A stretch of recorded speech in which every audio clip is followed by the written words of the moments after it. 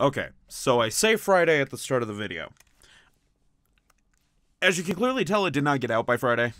That's my bad. I've had a really interesting week, so I apologize. And hopefully next time I won't be as stretched for time. So, with that being said, enjoy the rest of the video. Okay, so I say Friday at the start of the video.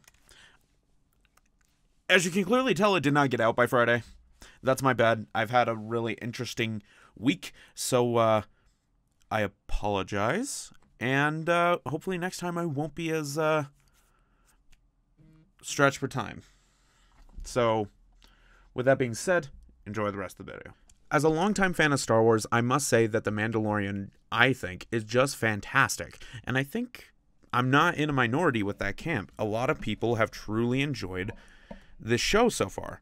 It is, in my opinion, doing everything almost right. It's taken nice and slow out of the gate. It's giving its characters time to breathe and expand and kind of establish themselves in this world without needing, exposition or a book or anything like that. It's just doing it naturally, and it feels just fantastic to sit down, watch, because you're invested right out of the gate. The director here did an amazing job with the very first scene and making you hooked, but still leaving it open for you to learn more about these characters and learn their ambitions and what truly motivates them, as well as he dives into some lore that hasn't been touched and in some cases was even legend, and I just find that awesome.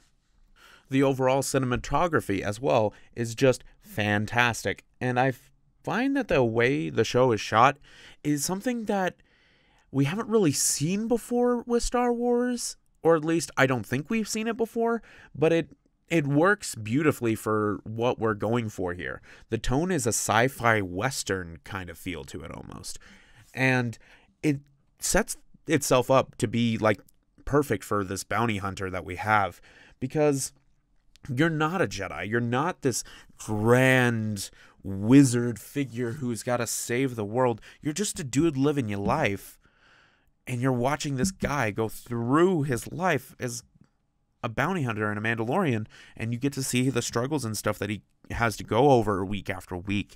And I think that should not be shot in this grandiose way. I think it needs to be more down to earth, quote unquote, and, more gritty, more just kind of, I need to survive kind of way. And you get to see how he goes through and is trying to make his way through the world. And I think it's just fantastic to watch this all unfold. And as so far we've seen now with 3 episodes, it has been slowly unfolding, and we're even seeing his past start to influence his current, and it's just helping itself establish this world a bit better and see the effects of not just the Empire, not just the Clone Wars, but how it's all affected certain individuals and certain groups of people.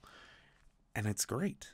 I think that's the way this show should have gone from the get-go, and that's what he's doing. And it's predictable enough in a way with the show that I feel that, yeah, I see it coming, but I'm happy that it's going this way.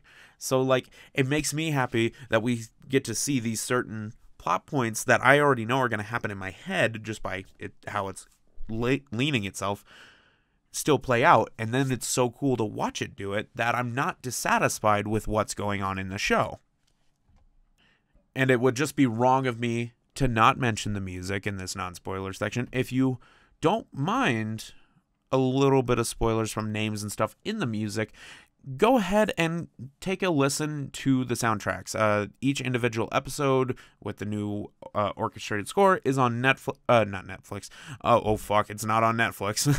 It's on Spotify, and you can take a listen to it there. I personally love the main theme.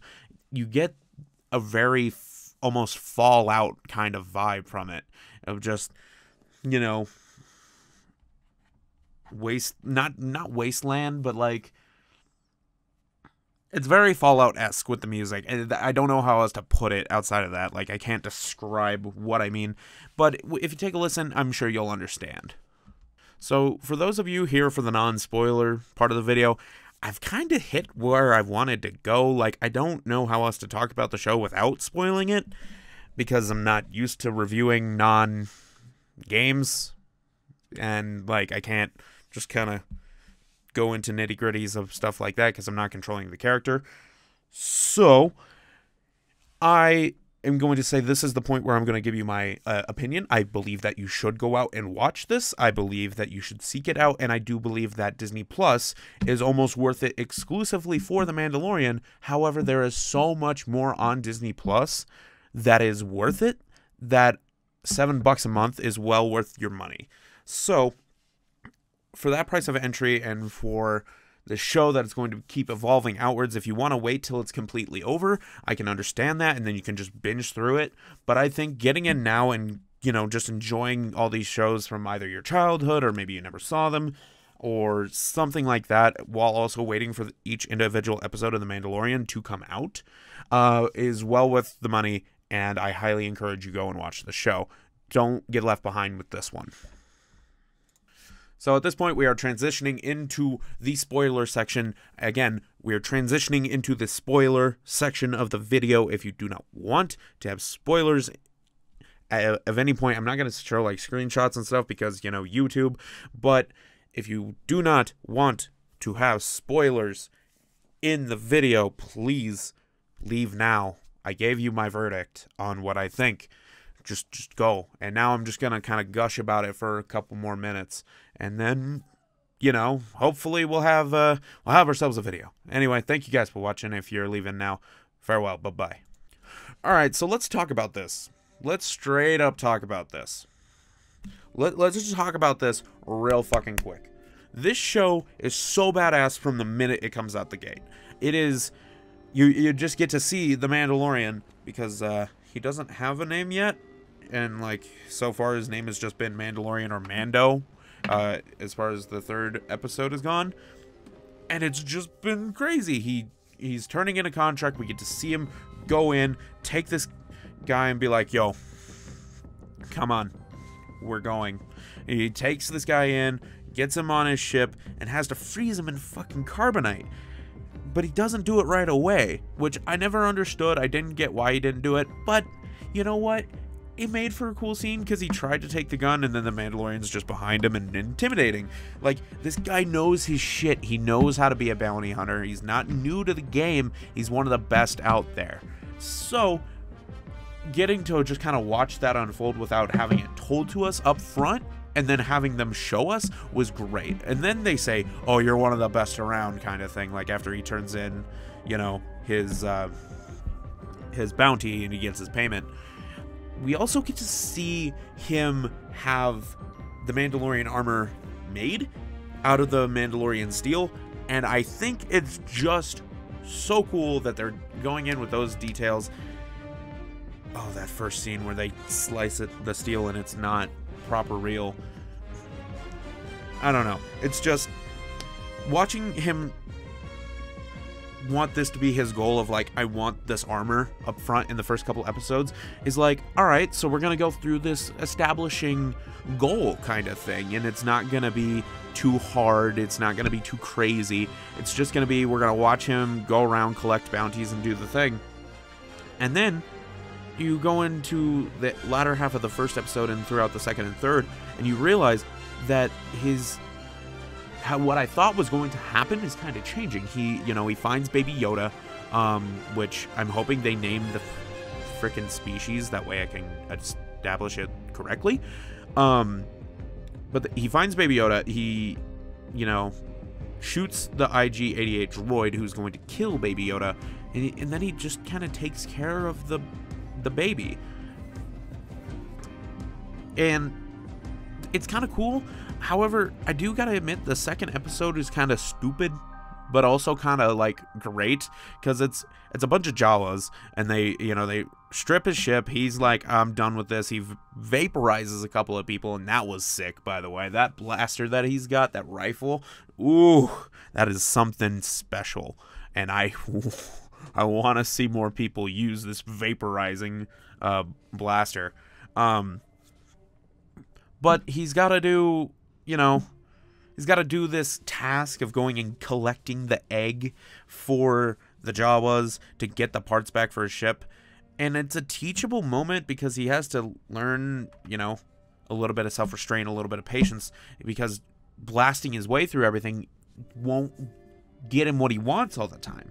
So it's kind of a teachable moment for him, but at the same time he's a Mandalorian, so it's like, he could just blast his way through everything and be fine. But it didn't work out for him the first time. The nice older man, which I don't remember his name, was he's a great character. I love his character. I have spoken. He's very direct, and then he's like, I'm done. We're done talking. This is the end. This is what I have to say. And I love that. That is great. I think that is, in essence, you know, what the Mandalorian needed in those first 2 episodes to kind of help root himself into the world in a way. And I'm looking forward to seeing where they take it from here, since he, you know, this first character was a very teachable moment, or more characters going to be teachable. I know he's probably going to get a crew together and they're going to go around collecting bounties and stuff.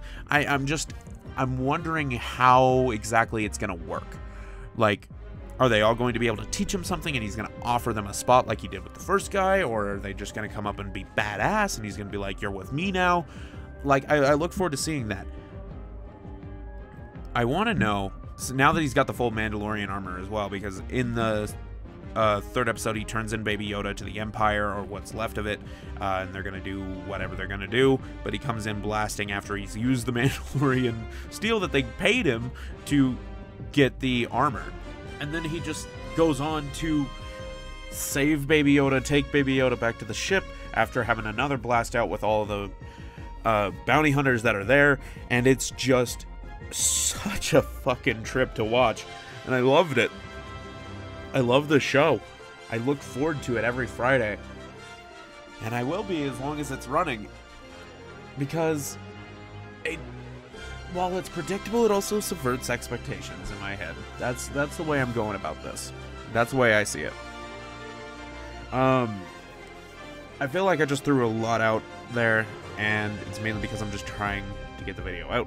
I had a very rough week. It was a very uneasy week. A lot of stuff for me to work on personally. This shouldn't be a problem with the next video, as I should be either on break or doing finals, so I should be done with everything. I want to thank you guys for watching the video, though, and I hope that you enjoyed it either way, and I will see you guys next time on That Game Review Show, and don't forget that Matthew's reviewing next week, so come back and join us then. And yeah, see you next time.